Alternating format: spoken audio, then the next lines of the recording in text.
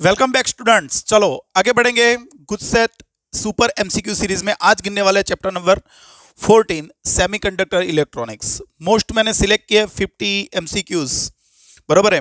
तो वो एक बाय एक गिनते जाएंगे, इसी बेस पे आपके गुजकेट में क्वेश्चन आएंगे। चैप्टर इजी है, ध्यान रखना, बराबर है। चलो स्टार्ट करते हैं बिना टाइम लॉस किए। The density of electron and holes in an intrinsic semiconductor मतलब pure semiconductor is Ne and Nh respectively.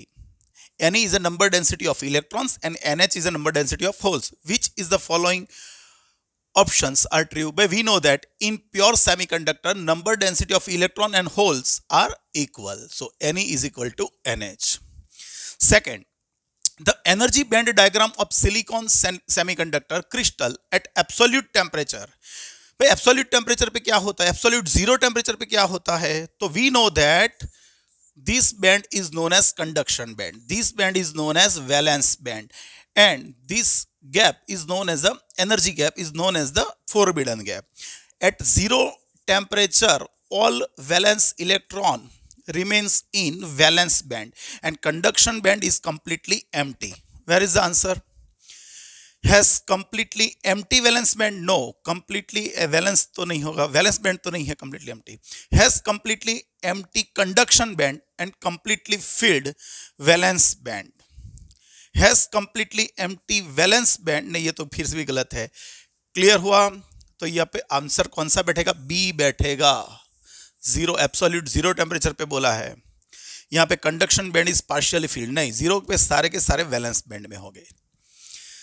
Third, the band gaps of conductor semiconductor and insulators are Eg1, Eg2, Eg3. Relation between them can be given as by for conductor Eg1, for semiconductor Eg2 and for insulator Eg3. भाई insulator में valence band और conduction band के distance काफ़ी ज़्यादा होगा, तो forbidden gap सबसे ज़्यादा होगी, यहाँ पे होगी. याद रखना वैल्यू की, ये ग्रेटर देन 5 EV होगी, ये होगी वो ग्रेटर देन 5 EV होगी. ये जो है वो अप्रॉक्सीमेटली 0.3 EV से लेस होगी, बराबर है. और यहाँ पे देखें जाए तो यहाँ पर तो ओवरलैप हो जाएगी. कहाँ पे? ओवरलैप, ऑलमोस्ट नेग्लिजिबल होगी. किसके लिए? कंडक्टर्स के लिए. Fourth, when will the conductivity of germanium semiconductor decrease? पर कंडक्टिविटी डिक्रीज करनी है मतलब रेजिस्टेंस इंक्रीज होना चाहिए. कब होगा? तो we know that in semiconductor while temperature is increasing more and more bond collapse and जो नंबर डेंसिटी है इलेक्ट्रॉन होल्स की वो इंक्रीज होगी. लेकिन जो हम टेम्परेचर डिक्रीज करेंगे तो बॉन्ड टूटेंगे नहीं. तो यहाँ पे on decreasing the temperature. Clear हो गया? हाँ, either you add donor or acceptor impurity, in both cases conductivity increases. In making UV light incident, by UV जो लाइट होता है वो स्ट्रॉन्ग लाइट होता है, बरोबर है. तो जब वो गिरेगा तो बैंड गैप एनर्जी में से कुछ इलेक्ट्रॉन्स बाहर निकल जाएंगे गेन करके. क्लियर हो गया?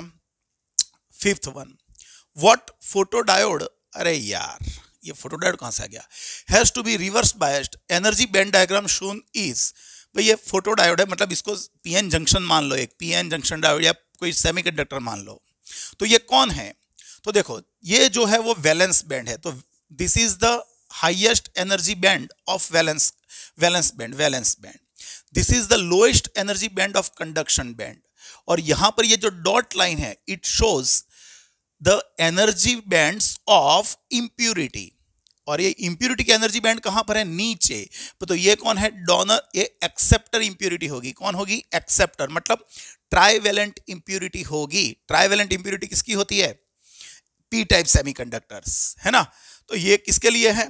देखो ये 0.05 लिखा है, तो यहां पे लिखना है पी टाइप सेमीकंडक्टर. क्या आएगा answer? P type semiconductor. Sixth, a potential barrier of 0.5 volt, where V is given 0.5 volt, exists across PN junction if the depletion region is this much wide. So D is given 5 into 10 to minus 7 meter. The intensity of electric field, we know the formula, V is equal to ED. So the intensity of electric field can be given by V by D. V is 0.5, This is 5 into 10 raised to minus 7. So this will remain 0.1 into 10 raised to 7. This will be 1 into 10 raised to 6. है कोई ऐसा? हाँ भाई, इसने बोला मैं हूं. चलो, 7th. Which of the following PN junction diode is reversed biased? But what is the requirement of reversed biased? P negative potential पे होना चाहिए, N पॉजिटिव पोटेंशियल पे होना चाहिए. और पोटेंशियल डिफरेंस में पॉजिटिव नेगेटिव जैसा होता नहीं है, याद रखो. जिसका पोटेंशियल हायर होगा, जिसका कंपैरेटिवली पोटेंशियल हायर होगा, वो आपका पॉजिटिव टर्मिनल, और जिसका नीचे होगा, लेस होगा, वो आपका नेगेटिव टर्मिनल हो गया. तो यहां पे देख सकते हैं, यहां पर कितना है 5 वोल्ट, यहां पर कितना है, ये है 5 वोल्ट प्लस 5 वोल्ट, और यहां पे अर्थिंग किया है. अर्थिंग मतलब 0 वोल्ट. ये दोनों का कंपैरिजन करेंगे तो ये नेगेटिव आया और ये पॉजिटिव आया.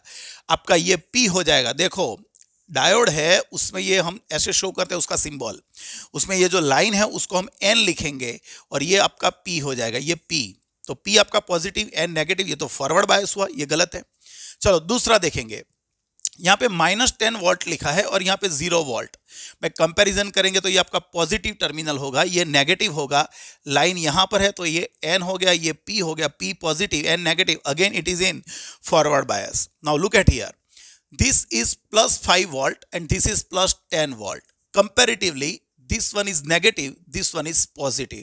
सो P आपका नेगेटिव पे, N पॉजिटिव पे, तो आपका आंसर आया D3. D3 वाला PN जंक्शन आपका क्या होगा? रिवर्स बायस में होगा. 7th देखें. 2 identical PN junction diodes are connected with the battery in 3 different ways. Okay, we are given 3 figures, 1, 2 and 3. For which circuit will the potential difference between the diodes be identical? तो आपको क्या पूछा है कि हमारे पास 3 figures है, उसमें से कौन से 2 केस में पोटेंशियल डिफरेंस सेम होगा. मतलब सेपरेटली नहीं पूछ रहे, इसका और इसका सेम होना चाहिए, या तो इसका इसका, या तो इसका इसका.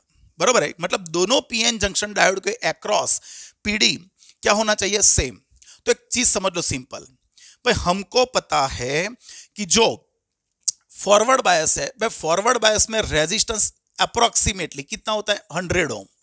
आइडियली तो 0 होता है, लेकिन हम पकड़ के चलते हैं. और रिवर्स बायस होगा तो उसमें रेजिस्टेंस होता है 10⁶ ओम. सही पकड़े हैं. अभी सोच लो. इसको 1 बोल देता हूं, इसको 2 बोल देता हूं, इसको 1 बोल दिया, इसको 2 बोल दिया, इसको 1 बोल दिया, इसको 2 बोल दिया. तो यहां पर क्या है?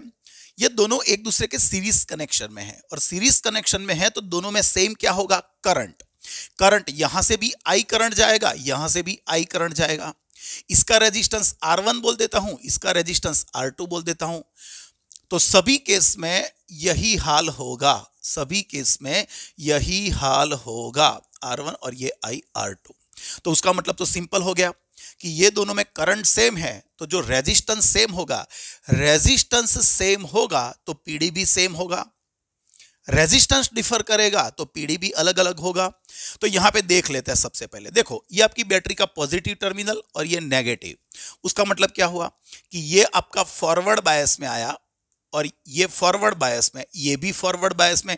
It means this both diodes have same resistance of forward bias connection. So ये दोनों का करंट तो सेम था ही, अभी रेजिस्टेंस भी सेम हो गया, मतलब ये दोनों का पीडी सेम है. तो आपका एक आंसर आने वाला है 1. चलो दूसरा देखते हैं. भाई दूसरे में देखो तो दूसरे में क्या है? ये दोनों रिवर्स बायस में है, तो इसका भी रेजिस्टेंस, मान लो कि रिवर्स बायस का 10⁶ है तो इसका 10⁶ ही होगा. तो ये केस में भी दोनों का पीडी सेम ही होगा. जितना इसका पीडी होगा इतना इसका पीडी होगा. तो आपका दूसरा आंसर 2 भी आने वाला है. 3 देख लेते हैं. भाई 3 में देखो तो ये आपका रिवर्स बायस है और ये आपका फॉरवर्ड बायस है. इसका मतलब ये हुआ कि इसका रेजिस्टेंस होगा 10⁶ और इसका अप्रोक्सीमेटली 100 पकड़ के चलो. तो करंट तो सेम है, लेकिन यहां पर रेजिस्टेंस ज्यादा है, तो यहां का पीडी यहां के पीडी से ज्यादा होगा. तो ये केस में दोनों का पीडी सेम नहीं होगा. तो यहां पे कौन में? फर्स्ट और सेकंड. ये केस में दोनों का पीडी सेम होगा. क्लियर? 9th वन पढ़ो ध्यान से, पढ़ो ध्यान से. 9th one. Vm is the maximum voltage between the ends of the secondary terminal of the transformer used in half wave rectifier.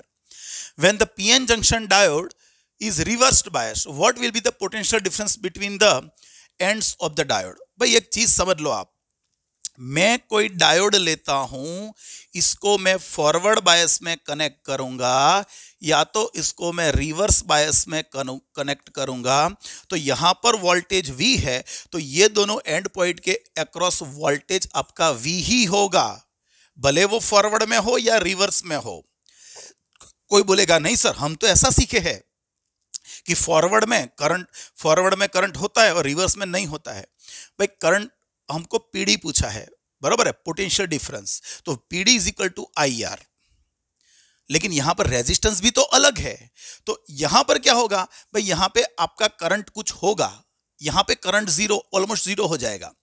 Current increase decrease होगा तो साथ में रेजिस्टेंस भी तो इंक्रीज डिक्रीज हो रहा है। इसमें फॉरवर्ड बायस का रेजिस्टेंस है और इसमें रिवर्स बायस का है, लेकिन पीडी तो दोनों के बीच का सेम ही रहेगा। तो पीडी तो फॉरवर्ड हो या रिवर्स हो, पीडी तो VM ही रहेगा। 10th one, in intrinsic semiconductor the drift velocity of holes and electrons respectively VH and VE. But we know that in semiconductor word electron is used for free electrons. Semiconductor हम दो चीजें बोलते हैं, mobile career कौन कौन है, एक electrons और दूसरे होल्स। इलेक्ट्रॉन्स जो वर्ड हमने यूज किया है वो फ्री इलेक्ट्रॉन्स के लिए है, और होल्स है वो जनरली कोई पार्टिकल है ही नहीं, लेकिन वो इलेक्ट्रॉन को अट्रैक्ट करते हैं और वहां पे इलेक्ट्रॉन बैठ बैठ के जंप करके होल में बैठ बैठ के मोशन करेंगे। तो holes are bounding electron. Holes कौन है, जो बाइंडिंग इलेक्ट्रॉन है उसको हम होल्स बोलते हैं। तो यहां पे दोनों इलेक्ट्रॉन ही है, लेकिन एक फ्री इलेक्ट्रॉन है, एक बाइंडिंग कंडीशन में इलेक्ट्रॉन है। तो ऑब्वियसली जो फ्री है उसकी मोबिलिटी ज्यादा होगी, तो इलेक्ट्रॉन की mobility is greater than hole की मोबिलिटी। क्लियर हुआ?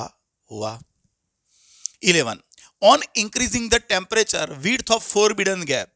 भाई सिंपल है, what is a forbidden gap? भाई forbidden gap is a necessary minimum energy to send electron from valence band to conduction band. ये एनर्जी जो मिलेगी it is called forbidden gap. तो जो आप टेम्परेचर इंक्रीज करोगे तो ऑलरेडी इलेक्ट्रॉन के पास इतनी एनर्जी आ जाएगी, तो उसको पहले जितनी एनर्जी की रिक्वायरमेंट होती थी उससे कम एनर्जी की जरूरत पड़ेगी, मतलब एनर्जी बैंड डिक्रीजेस। कहां पे हो गया, ये रहा।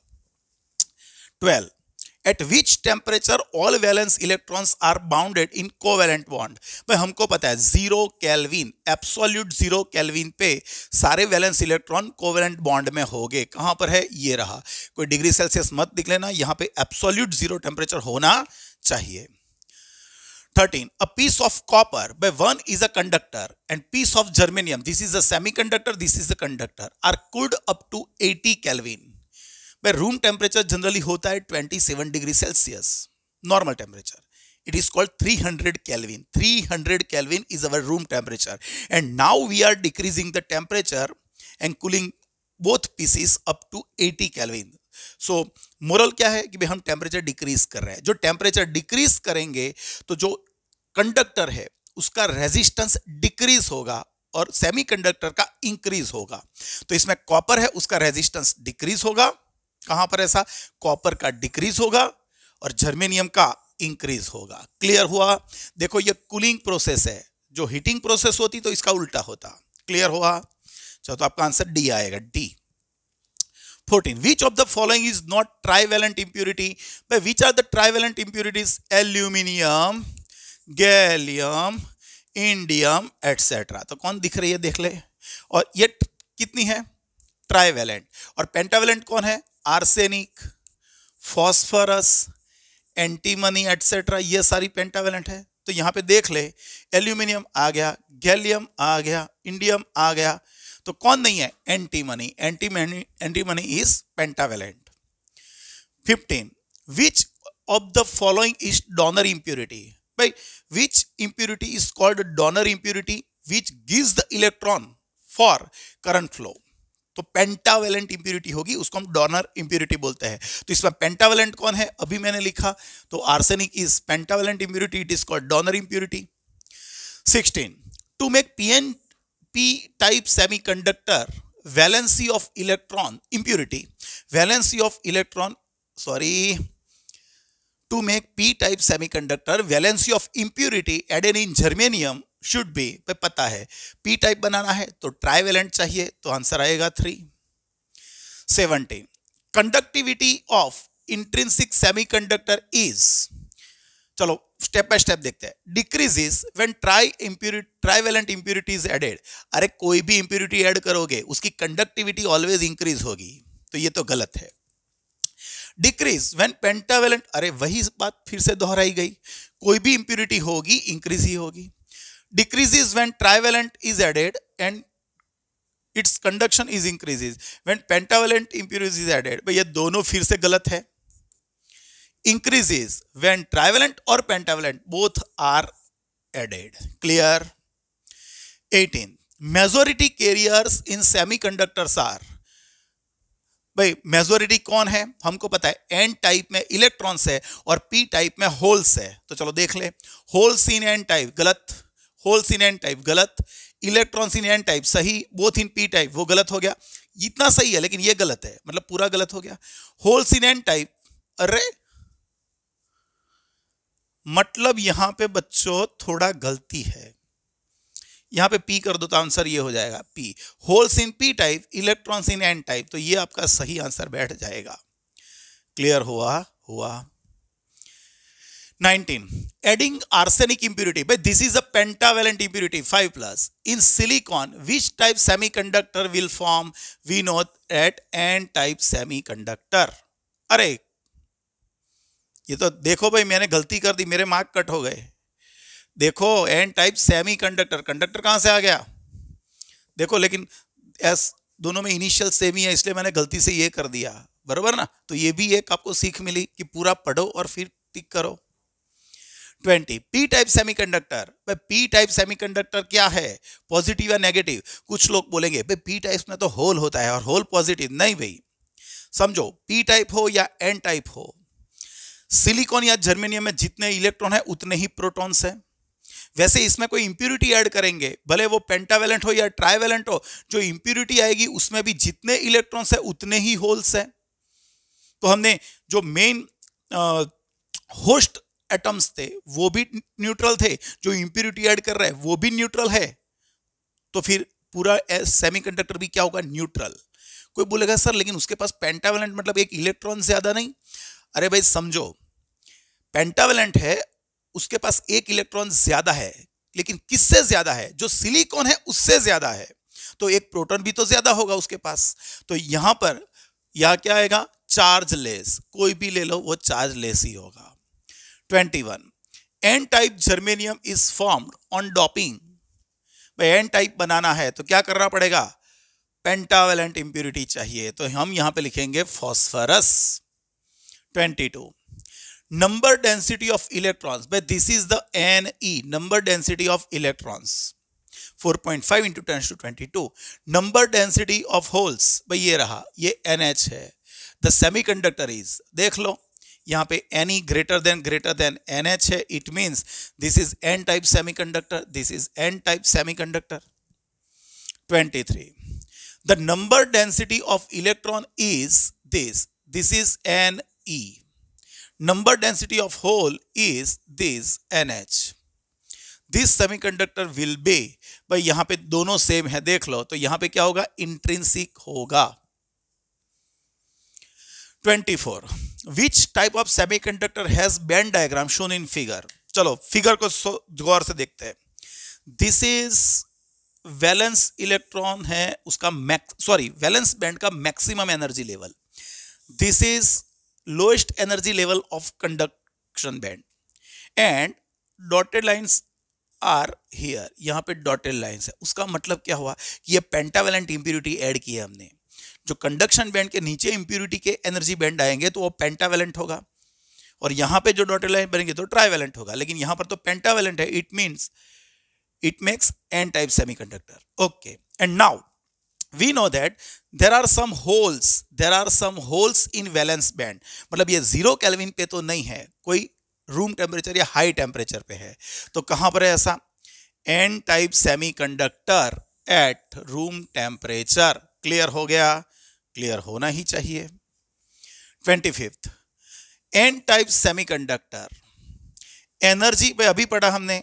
एन टाइप सेमीकंडक्टर में क्या होगा, ये होगा कंडक्शन बैंड का एनर्जी लेवल, ये जो होगा वो वैलेंस बैंड का एनर्जी लेवल, और एन टाइप है तो यहाँ पे डॉट्स लाइन यहाँ पर आएगी, तो इंप्योरिटी के एनर्जी बैंड डोनर के नजदीक होंगे। कहाँ पर ऐसा, energy level of impurity atoms ED are nearer to valence band, नहीं भाई नहीं, कंडक्शन बैंड के नियरर हो गए।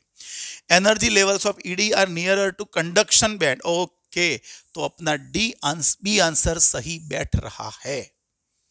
Next 26, electric field is applied to a semiconductor, okay, in it density of conducting charge is N and drift velocity is v. Now increasing the temperature of semiconductor, अरे इसमें थोड़ा उनको बोलना चाहिए, चलो बात कर लेते हैं भाई। इंक्रीजिंग द टेम्परेचर, जो टेम्परेचर इंक्रीज करोगे तो क्या होगा, मोर and more covalent bonds collapse हो जाएंगे और ज्यादा इलेक्ट्रॉन्स होल्स जनरेट होंगे, तो नंबर डेंसिटी इंक्रीज होगी, नंबर डेंसिटी क्या होगी, इंक्रीज होगी।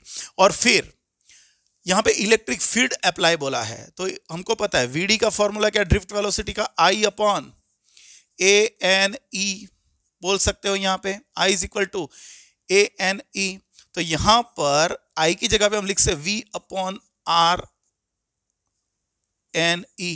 आपने वोल्टेज सेम रखा, रेजिस्टेंस आप टेम्परेचर इंक्रीज कर रहे हो तो वो डिक्रीज होने वाला है, लेकिन वो नंबर डेंसिटी पे जनरली वो नहीं करता है, तो आपका एन जो इंक्रीज होगा तो ड्रिफ्ट वेलोसिटी आपका डिक्रीज होगा। कहां पर ऐसा, कहां, हाँ, V decreases and increases. 27, breakdown voltage means, याद रखो, जो हम फेसबुक यूज करेंगे, फेसबुक नहीं फॉरवर्ड बायस यूज करेंगे, तो हमको इनिशियली वोल्टेज किसके वर्सेस किसका ग्राफ है, आई वर्सेस वी का। तो फॉरवर्ड बायस कैरेक्टरिस्टिक क्या है पीएन जंक्शन की, at certain voltage current suddenly increases, तो ये है थ्रेशोल्ड। कौन है, थ्रेशोल्ड, या इसको कट ऑफ भी बोलते हैं, क्या बोलते हैं, कट ऑफ। लेकिन हमको यहां पे ब्रेकडाउन पूछा है तो हमको पता होना चाहिए वो रिवर्स बायस वोल्टेज होगा, कि जहां पर सडनली करंट इंक्रीज होगा। तो कहां पर है, voltage at which current becomes zero, नहीं, करंट सडनली इंक्रीज होगा, वोल्टेज एट करंट इंक्रीजेस, लेकिन while diode is in reversed bias. Clear. 28, P side semiconductor is earthing and, देखो हम एक सेमीकंडक्टर ड्रॉ कर देते हैं, तो पी टाइप है, वहां पे हमने अर्थिंग कर दिया, मतलब ये 0 वोल्ट पे आ गया। और एन टाइप जो है, ये एन, ये पी, यहां पे -2 है, तो आपका ये नेगेटिव हो गया, ये आपका पॉजिटिव, ये पॉजिटिव, ये नेगेटिव, मतलब ये तो फॉरवर्ड बायस हो गया, और फॉरवर्ड बायस हो गया तो करंट फ्लो होगा, current is flowing. Clear. Next 29, applying forward bias to PN junction. भाई फॉरवर्ड बायस अप्लाई करेंगे तो क्या होगा, वी नो दैट जो पीएन जंक्शन डायोड है आपका, उसमें ये एन है, ये पी है, डेप्लेशन बैरियर का जो पीडी होता है वो N2P होता है, डेप्लेशन रीजन का। और आप जब फॉरवर्ड बायस में कनेक्ट करोगे तो P positive pay, N negative पे, तो आपने जो अप्लाई किया पीडी वो इसकी ऑपोजिट डायरेक्शन में होगा, जो आपने V अप्लाई किया वो डेप्लेशन की ऑपोजिट होगा, मतलब डेप्लेशन बैरियर डिक्रीज हो जाएगा और उसके कारण उसकी विड्थ जो है वो भी डिक्रीज होगी। कहां पे ऐसा, width of depletion decreases, both decreases, okay, तो आपका आंसर बैठा डी, सही है। और वही चीज रिवर्स बायस में ले ले, भाई रिवर्स बायस में ये पॉजिटिव हो जाएगा, ये नेगेटिव, तो आपका एक्सटर्नल वोल्टेज डेप्लेशन के साथ आ जाएगा, तो दोनों इंक्रीज हो जाएंगे। अरे यही है क्वेश्चन, देखो, in reverse bias voltage applied, क्या increasing reverse bias voltage applied to PN junction, यहां पे क्या होगा, डेप्लेशन, हाँ यहां पे कैपेसिटेंस वर्ड यूज किया है, समझ लो ध्यान से। ओके, तो हमको पता है कि विड्थ क्या होगी, भाई विड्थ उसकी इंक्रीज होगी, डेप्लेशन रीजन की विड्थ जो है डी इंक्रीज होगी, और कैपेसिटेंस की बात करें तो एप्सिलॉन 0a/d, तो जो डी इंक्रीज होगा तो सी डिक्रीज होगा, और पोटेंशियल बैरियर तो हमको पता है कि डेप्लेशन लेयर का पोटेंशियल बैरियर और एक्सटर्नल रिवर्स बायस में एक्सटर्नल पीडी और डेप्लेशन का पीडी एक ही डायरेक्शन में आएगा तो पोटेंशियल बैरियर इंक्रीज हो जाएगा और रेजिस्टेंस भी इंक्रीज हो जाएगा। तो यहां पे देख ले क्या आंसर है, रेजिस्टेंस इंक्रीज होगा, कैपेसिटेंस डिक्रीज होगा। कहां पर है ऐसा आंसर? ओके, तो आंसर आपको मिल गया बी सी आंसर। क्लियर हो गया? पक्का पक्का। 31, keeping forward bias V voltage from 0.6 volt to, अरे यहां पे थोड़ा एक मिनट यहां पे थोड़ा मुझको एक डाउट हुआ। इंक्रीजिंग रिवर्स बायस वोल्टेज, तो डेप्लेशन लेयर तो इंक्रीज हो जाएगा, बरोबर है। और यहां पर देखो तो हमने ये पढ़ा था कि ये I वर्सेस V का ग्राफ ड्रॉ करेंगे तो ऐसा आएगा। तो इनिशियली जैसे जैसे आगे बढ़ोगे ये यहां पे जाके सडनली राइज हो रहा है करंट, है ना। तो मेरे हिसाब से तो यहां पे रेजिस्टेंस भी डिक्रीज होना चाहिए, क्योंकि अप टू विच लिमिट ऐसा बोला नहीं है। आफ्टर डाइलेक्ट्रिक ब्रेकडाउन बोला होता तो हम ये करते, तो मेरे हिसाब से तो ये आंसर नहीं होना चाहिए। ये डिक्रीज हो रहा है, दोनों डिक्रीज हो रहा है, मैं ऐसा आंसर लिखूंगा यहाँ पे मैं क्या लिखूंगा, ऐसा आंसर लिखूंगा कि दोनों डिक्रीज हो रहा है।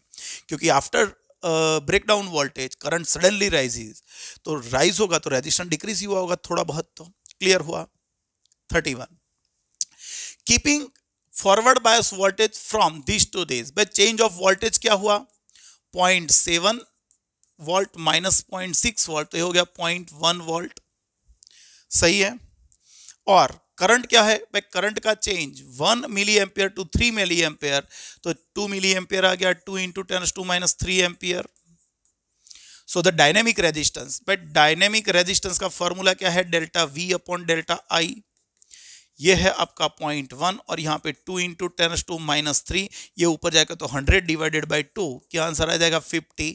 कहां पर है ऐसा आंसर, ए में।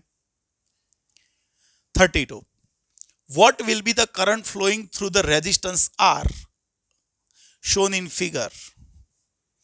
ये थोड़ा गलत है भाई, यहां पे जीरो नहीं होगा, ये गलत है, यहां पे जीरो नहीं होगा, बस ये सिर्फ एक O पॉइंट है, ये सिर्फ O पॉइंट है, वहां पे 0 वोल्ट गलती से लिखा गया है। अभी ध्यान रखना, यहां पे थोड़ा क्लियर उनको करना चाहिए कि आपका जो डायोड है वो आइडियल है या जनरल डायोड है, तभी आप आंसर बोल पाओगे, क्योंकि यहां पे दोनों सेट होने वाले हैं। समझ लो यहां पर क्या है, ध्यान रखना, यहां पर क्या है, ये 5 वोल्ट है, ये आपका डायोड है, जर्मेनियम का डायोड है, जर्मेनियम का। यहां पे रेजिस्टेंस आपका आर दिया है 1 किलो ओम, 1 किलो ओम का रेजिस्टेंस, और यहां पे अर्थिंग मतलब क्या, 0 वोल्ट, अर्थिंग मतलब क्या, 0 वोल्ट। तो समझ लो आपका ये P रहा, ये N रहा, ये पॉजिटिव टर्मिनल पे, ये नेगेटिव टर्मिनल पे, मतलब फॉरवर्ड बायस हो ही गया। ये क्या हो गया, फॉरवर्ड बायस, और फॉरवर्ड बायस में करंट फ्लो होता है। क्लियर। तो जो आइडियल होगा, तो जो आपका GE डायोड आइडियल होगा, आइडियल होगा तो यहां पे पीडी लॉस नहीं होगा, पीडी लॉस नहीं होगा तो यहां से यहां तक जाएंगे तो पीडी का डिफरेंस क्या है, 5 वोल्ट, पीडी का डिफरेंस क्या है 5 वोल्ट, और करंट क्या है 1 किलो ओम, मतलब 10⁻3, तो यहाँ पे 5 इंटू 10⁻³ ये हो जाएगा 5 मिली एम्पियर। लेकिन कब, जो आपका जर्मेनियम डायोड यहाँ पे आइडियल होगा तो। लेकिन जो जनरल है तो हमको पता है कि इसका थ्रेशोल्ड, जनरल डायोड जो है तो इसका थ्रेशोल्ड वोल्टेज क्या होता है भाई, GE has threshold voltage of, threshold voltage क्या होता है 0.3 वोल्ट। तो ये GE यहां पे ड्रॉप करेगा, कितना वोल्टेज ड्रॉप करेगा, 0.3 वोल्ट ड्रॉप करेगा। तो आप यहां से लेके चलोगे 5 वोल्ट, यहां पे 0.3 वोल्ट ड्रॉप हो जाएगा, तो यहां तक रहेगा 0.7 वोल्ट। तो आपका जो रेजिस्टेंस है उसके अक्रॉस आपको मिलने वाला है 4.7 माइनस 0, मतलब वोल्टेज होगा 4.7 और करंट तो आपके पास, रेजिस्टेंस तो आपके पास किलो ओम में है, तो आपका आंसर 4.7 मिली एम्पियर आंसर आ जाएगा। तो यहां पे दोनों आंसर पॉसिबल है। This is for general. Diode और दिस इज फॉर आइडियल। ये मैंने आपको क्लैरिफाई कर दिया, बरोबर है, तो आपको क्लियर होना चाहिए। Next, which of the following diode is in reverse बायस। अरे यार देखो बार बार आ रहा है, देखो ये +5 है, ये +6 है, उसका मतलब क्या हुआ कि ये आपका नेगेटिव हो गया, ये आपका पॉजिटिव हो गया, ये P और ये N, तो ये फॉरवर्ड बाय, ये तो फेसबुक है फॉरवर्ड बाय। चलो यहां पे देखें, ये 0 वोल्ट और ये 5 वोल्ट, उसका मतलब हो गया कि ये पॉजिटिव और ये नेगेटिव। हाँ बच्चों, ये आपका RB है, रिवर्स बायस। बाकी के भी देख लेते हैं, यहाँ पे -12 और ये -5, तो ये पॉजिटिव ये नेगेटिव, ये भी फेसबुक हो गया, अरे फॉरवर्ड बायस। यहाँ पे 0 और ये -10, तो ये पॉजिटिव ये नेगेटिव, ये भी, तो आपका आंसर कौन सा आएगा? B। 34, cut in voltage of diode shown in figure. भाई ये डायोड में कट इन वोल्टेज क्या है? 0.7 volt. It is your threshold voltage when diode PN junction is connected in forward bias. The voltage when current rises is 0.7 volt, और उसके बाद ही हमको कोई कंसिडरेबल करंट मिलेगा। Then current flowing through the circuit is, देखो मैंने again बोला कि भाई 0.7 is our threshold voltage and we have applied 0.5 volt, so it means our applied voltage is less than cutoff voltage. It means there will be no current from diode. तो कहां पर है ऐसा आंसर? आपका C answer आ जाएगा, ध्यान रहे ये, बराबर है। चलो मान लो कि यहां पे 0.7 लिख के दिया है, हो सकता है यहां पे 0.7 की जगह पे सिलिकॉन लिख देते, तो हमको वो MCQ भी, वो डेटा भी याद रहना चाहिए। सिलिकॉन का थ्रेशोल्ड वोल्टेज क्या है? भाई सिलिकॉन का थ्रेशोल्ड वोल्टेज होता है 0.7 वोल्ट, एंड वही चीज जर्मेनियम के लिए क्या होती है? 0.3 वोल्ट। सही है, ये वैल्यू याद रखना। चलो 35, current flowing through the ideal diode. Ideal बोल दिया है, आइडियल मतलब इसका रेजिस्टेंस 0 ले लेना है, लेकिन यहां पर देखेंगे तो ये 10 वोल्ट है और ये 9 वोल्ट, तो चलो आपका ये पॉजिटिव हो गया, ये नेगेटिव, ये P है, यहां पर ये P है और ये N, ओके, ये फॉरवर्ड बायस में आ गया। तो करंट क्या होगा? भाई current is delta V upon delta, अरे क्या यार, मैं अभी करंट क्या हो गया? Delta V upon R। Delta V क्या है? यहाँ का डिफरेंस 1, और रेजिस्टेंस क्या है? 100, तो ये हो गया 10⁻⁻² एम्पियर। कहां पर है? ऐसा है ही नहीं, अरे हाँ है ना, ये रहा ना, यहां पे कर सकते हैं ना भाई, इसको मैं ऐसा लिख सकता हूं 10 × 10⁻³ तो ये हो गया 10 milli ampere. 36, filter circuit used for smooth output of the rectifier. भाई हमको पता है कि रेक्टिफायर में से समझो ये आपका इनपुट वोल्टेज है, इनपुट वोल्टेज। रेक्टिफायर जो है फुल वेव ले लेते हैं, तो उसमें आउटपुट आपको कैसा मिलेगा? ऐसा मिलेगा। और मान लो कि हाफ वेव होगा तो एक छोड़ के एक मिलेगा। तो यहां पर क्या हो रहा है? आउटपुट आपको ये मिला, रेक्टिफायर का आउटपुट, लेकिन देखो यहां पर आपका जो करंट है या वोल्टेज है उसका डायरेक्शन सेम भले रहती है, लेकिन वहां पे वैल्यू चेंज हो रही है, वैल्यू तो चेंज ही हो रही है। तो ये कंप्लीटली प्योर डीसी नहीं है, इसमें एसी कंपोनेंट्स भी इन्वॉल्व है। तो रेक्टिफायर सर्किट क्या करती है? तो जो भी यहां से आएगा, हमने यहां पे कैपेसिटर के साथ लोड रेजिस्टेंस के साथ अक्रॉस जोड़ दिया, तो यहां पे जब ऐसे सिग्नल आएंगे तो यहां पे ऑलमोस्ट सेम वाले चले जाएंगे, मतलब वो एसी कंपोनेंट्स को रिमूव करेगा। ओके, तो filter circuit does remove AC components, right? 37, a full wave rectifier working with 50 hertz main frequency, what will be the fundamental frequency? Ripple मतलब आउटपुट। भाई देखो यहां पर इनपुट था, फिर से एक बार यह आपका इनपुट है, ये हाफ वेव है, हाफ वेव रेक्टिफायर, ये 2 MCQ में क्लियर कर लेता हूं। तो यहां पे आपको जब पॉजिटिव साइकिल होगी तभी आपको मिलेगा, मतलब मान लो कि यहां पे 100 वोल्ट हुआ तो यहां पर आके फिर से 100 वोल्ट होगा, तो यहां पे 100 हुआ तो फिर यहां पे आके फिर से वही टाइम पे 100 वोल्ट होगा, मतलब जितनी इसकी फ्रीक्वेंसी है उतनी फ्रीक्वेंसी यहां पर है। तो यहां पे फ्रीक्वेंसी 50 है, तो तो यहाँ पर भी फ्रीक्वेंसी 50 रहेगी। तो हाफ वेव रेक्टिफायर के लिए output ripple frequency is equal to the input frequency, but what occur in full wave rectifier, भाई उसमें आपको ये मिलता रहता है। तो यहाँ पे 100, यहाँ पर 100, लेकिन देखो यहाँ पे एक बार हो रहा है तो यहाँ पर नेगेटिव होगा तो भी यहाँ पे पॉजिटिव ही होगा, मतलब यहाँ पे एक बार हुआ, इतने में ये 2 बार मैक्सिमम हो गया। क्लियर हुआ? तो यहाँ पे उसकी फ्रीक्वेंसी डबल होगी, 100 हर्ट्ज। क्या होगी? 100 हर्ट्ज। कहाँ पर है ऐसा आंसर? तो आपका आंसर आ जाएगा D. 38, we get blank current through rectifier without simple field tip. अभी बोला मैंने, जो हमको रेक्टिफायर का आउटपुट मिल रहा है वो क्या है? Variable DC. क्या मिल रहा है? नहीं, चार्जिंग नहीं आएगा, चेंजिंग आएगा। यहाँ पे चेंजिंग आएगा भाई, चेंजिंग डायरेक्ट करंट, मतलब variable changing DC.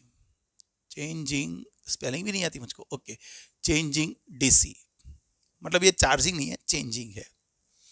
39, in pure germanium semiconductor aluminum is doping in it, the number density of acceptor atom is this।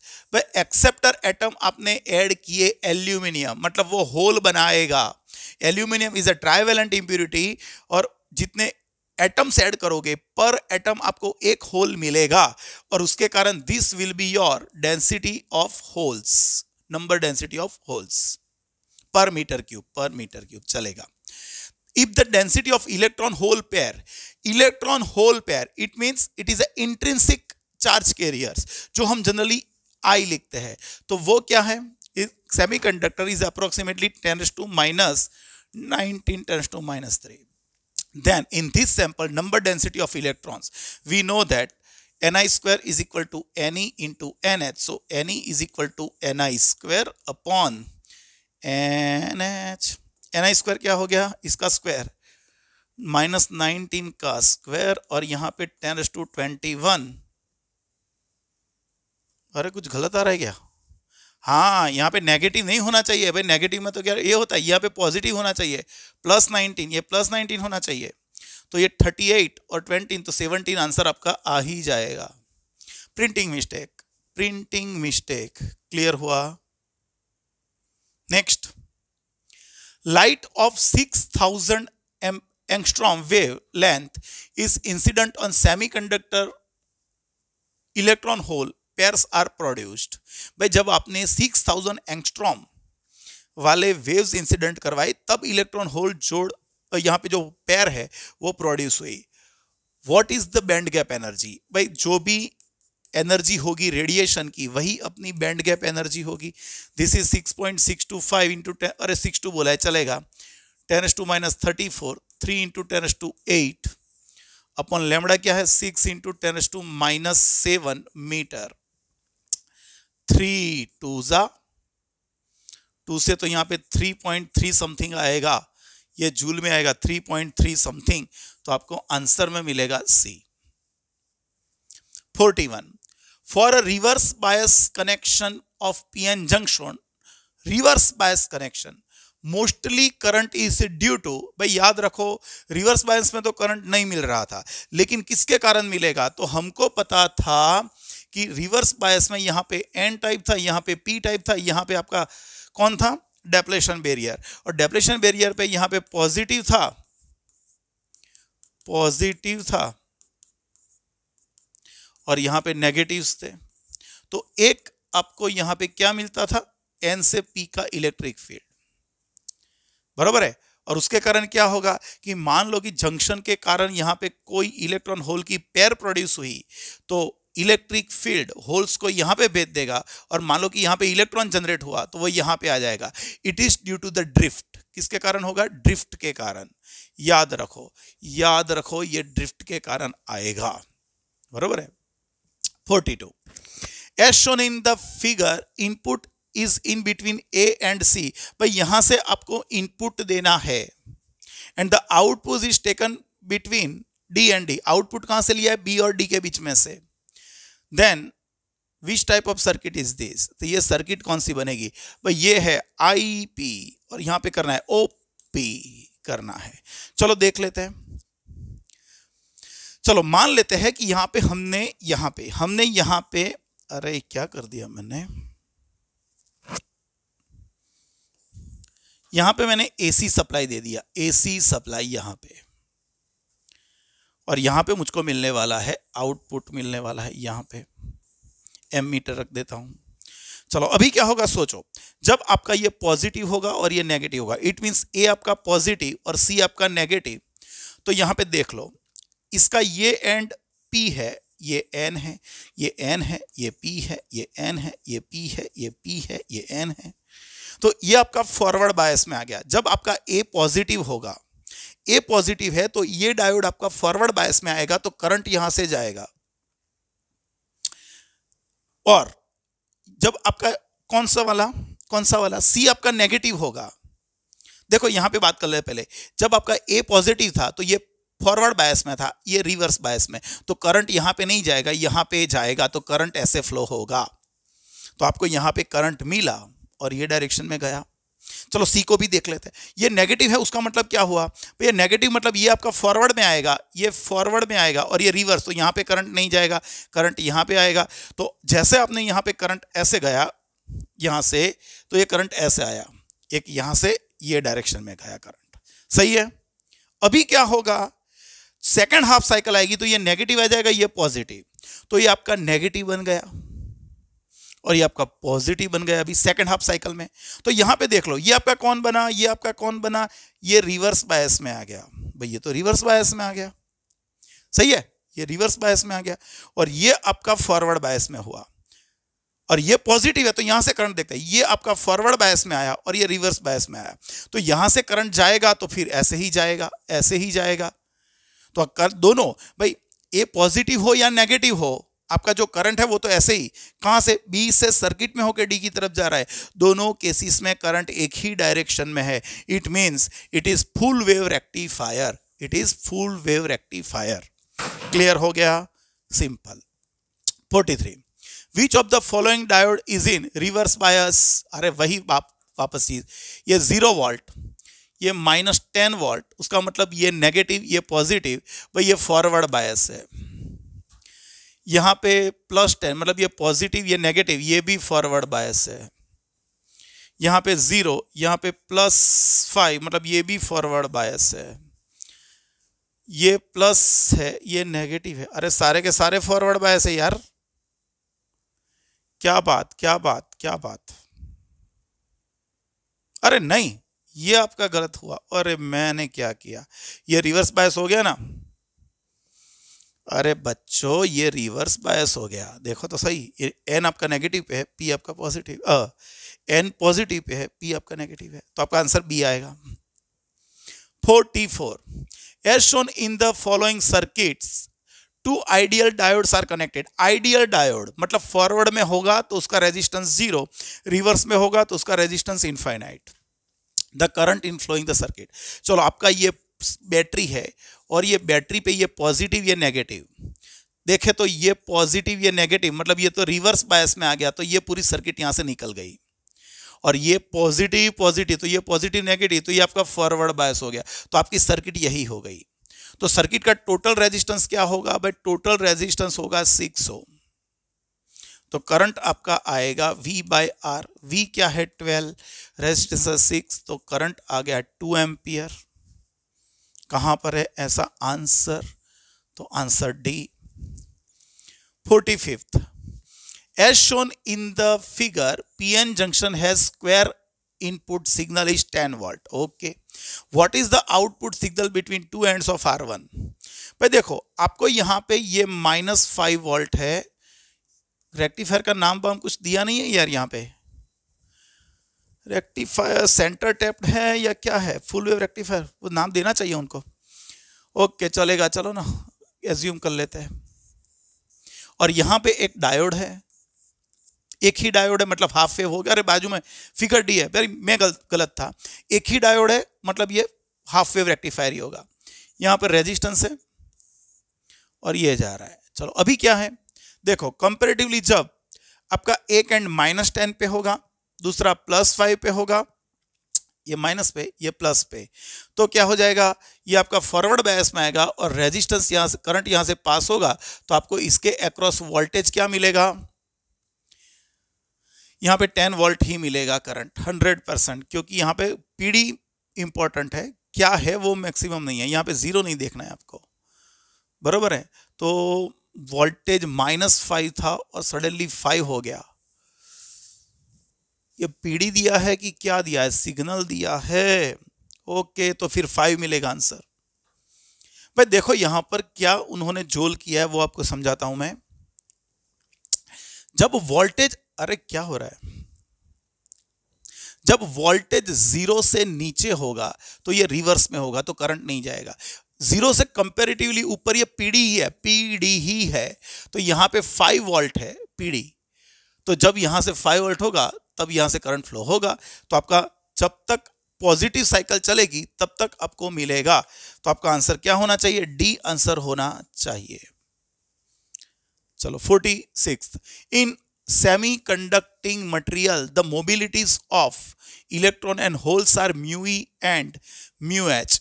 भाई किसकी मोबिलिटी ज्यादा होगी, तो जो मूव करने के लिए फ्री है, मैंने आगे बोल दिया, होल्स है वो कौन है, बाइंडिंग इलेक्ट्रॉन, जो होल में बैठ बैठ के मूव कर रहे हैं वो इलेक्ट्रॉन्स है, और जो पर्टिकुलरली वर्ड है इलेक्ट्रॉन्स वो कौन है, free electrons. We know that obviously free electrons are easily they can move, okay, तो क्या होगा, इसकी मोबिलिटी ज्यादा होगी और होल्स की थोड़ी कम होगी।